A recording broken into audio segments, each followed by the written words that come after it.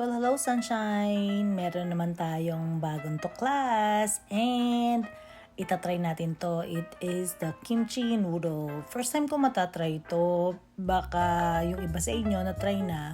So, I'll see kung magugustuhan ko siya. So, ewan ko ba ba't ba lahat baligtad ang packaging. Kaya eto, kukuha na tayo ng water, lagay natin sa kaldero para naman makapag-start na tayo ng pagpapakulo ng tubig. So, put it on high para naman mabilis-bilis kasi nagugutom na ako.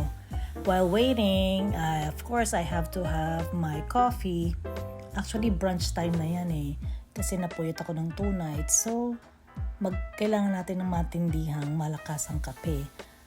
The water started boiling, kaya naman naglagay na ako ng noodles. Para na sa gayon, talagang halatang-halata mo nagmamadali Ganyan talaga minsan pagka yung nagkikrave ka ng mga bagong pagkain na gusto mong itry. So far, the noodle looks good. Parang siya, parang yellow noodle.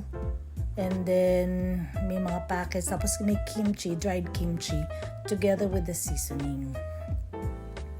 Pero ako, pagka nagluluto, I like to boil the noodles first and tsaka ko na lang ilalagay yung seasoning at tsaka yung dried veggies para nang sa gayo naman bago maluto yung noodles tsaka ko lang ilalagay yung seasoning.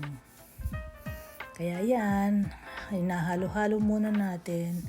So wag po tayo mag-stick to like our usual food. Maganda rin naman po nagtatry, diba, ng mga kakaiba. Especially yung mga ganyang from other countries. I think it's a Japanese noodle. So, tingnan natin kung magugustuhan. I like spicy food. Pero, ayoko nang masyadong soggy ang aking noodles. Kaya, tinatry kong halu-haluin. And when it's almost al dente, yan, nilalagay ko na yung seasoning packet plus yung dried kimchi. Ang bango-bango niya nung naluluto na. Kaya medyo excited. So hopefully, hindi naman masyadong maraming water nilagay ko kasi mukhang naparami siya eh. Baka tumabang. So, ayan. It's still boiling on high. Kaya, halu-haluin muna natin. Diba? Kala mo expert, pahalo-halo pa ng chopsticks.